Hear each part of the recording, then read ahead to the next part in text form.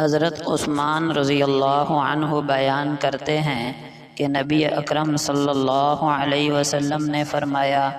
جو شخص عشاء کی نماز جماعت کے ساتھ پڑھے اسے آدھی رات کے قیام کا ثواب ملتا ہے، اور جو عشاء اور فجر دونوں نمازیں جماعت کے ساتھ ادا کرے اسے ساری رات کے قیام کا ثواب ملتا ہے۔ حضرت ابو امامہ رضی اللہ عنہ بیان کرتے ہیں کہ نبی اکرم صلی اللہ علیہ وسلم نے فرمایا،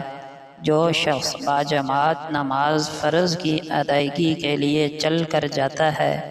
اس کا یہ عمل حج کی طرح ہے، اور جو نفلی نماز کے لیے چل کر جائے اس کا یہ عمل کامل عمرے کے مثل ہے۔ ایک فقہی مسئلہ، اگر وضو کرتے وقت ایڑی پر یا کسی اور جگہ پر پانی نہیں پہنچا اور وضو کرنے کے بعد معلوم ہوا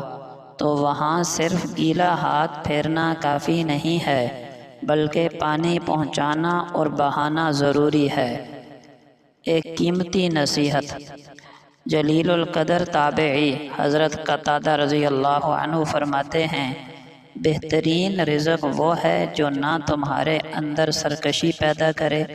اور نہ ہی تمہیں اللہ کی عبادت سے غافل کرے۔ لہٰذا ہمیں چاہیے کہ اللہ سے رزق کی کثرت نہیں بلکہ برکت مانگیں۔ امام ابن تیمیہ رحمہ اللہ فرماتے ہیں،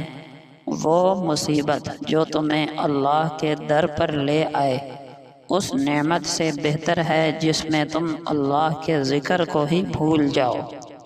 حقیقت یہ ہے کہ ایسی مصیبت ہے ہی نہیں بلکہ اللہ کی نعمت ہے جو ہمیں اللہ کے قریب کر دے۔